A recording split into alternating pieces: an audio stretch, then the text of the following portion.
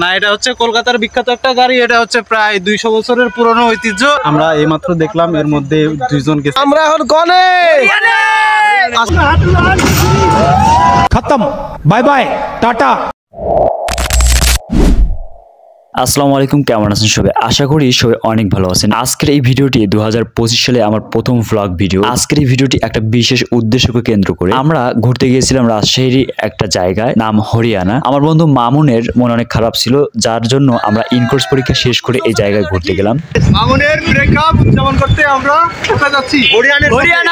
হরিয়ানার প্রাকৃতিক সৌন্দর্য আপনাকে অবশ্যই মুগ্ধ করবে। যদি এইখানে সরিষার ফুলের সৌন্দর্য আপনাদের দেখাতে পারতাম তবে হয়তো আমার ভালো লাগতো। যদিও আমরা এইবার গিয়ে সরিষা ফুলের সৌন্দর্য দেখতে ব্যর্থ হই।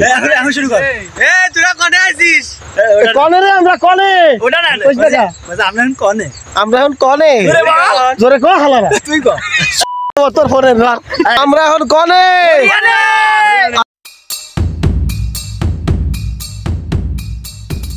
আমরা এখন হচ্ছে ভারতের পশ্চিমবঙ্গে।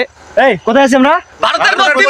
ভারতের পশ্চিমবঙ্গে আমরা প্রচুর কষ্ট করে চলে আসলাম। আমি এখন যে গাড়িটা দেখাবো গাড়ির চালক হচ্ছে আমাদের একটা কলকাতার একটা ছোট ভাই। ভাই আপনার নাম কি? আব্দুল মালিক। আব্দুল মালিক। তো আব্দুল মালিক হচ্ছে আমাদের জানাবে যে এই গাড়িটা কত বছরের পুরাতন এবং আপনাদের কলকাতায় শুধু পাওয়া যায় নাকি বাংলাদেশে পাওয়া যেতে পারে?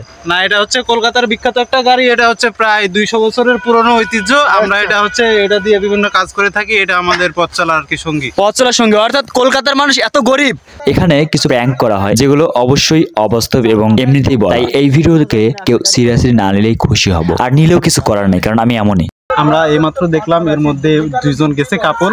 দূর থেকে তাই মনে হলো দুইজন কাপল গেছে এখানে। আমরা এখন এটাই দেখবো যে এর মধ্যে তারা কি করে। আসেন একটু দেখা যাক কি করে। কি যেন সাউন্ড পাওয়া যাচ্ছে। মুসুরির পাশাপাশি হচ্ছে যে আখ চাষ করা হচ্ছে, এটাকে সাথী ফসল বলা হয়। অর্থাৎ যখন হচ্ছে এই যে মুসুরি যখন শেষ হয়ে যাবে তখন এইটা বড় হতে থাকবে, ঠিক আছে? তো এইটা হচ্ছে বিষয়, এটা হচ্ছে সাথী ফসল।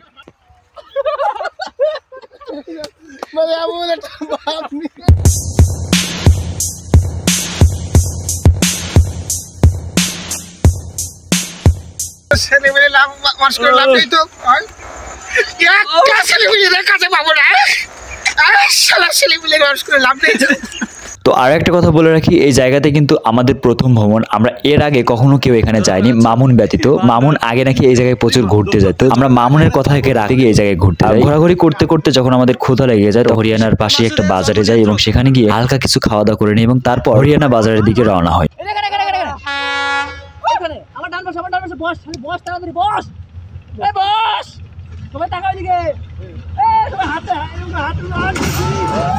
खत्म बाय बाय टाटा गुड बाय गया।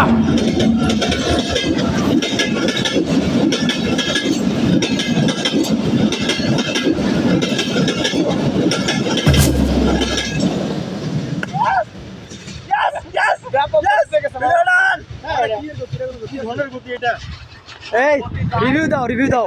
এ মামা, এ সাইড নাম্বার বকরি বল।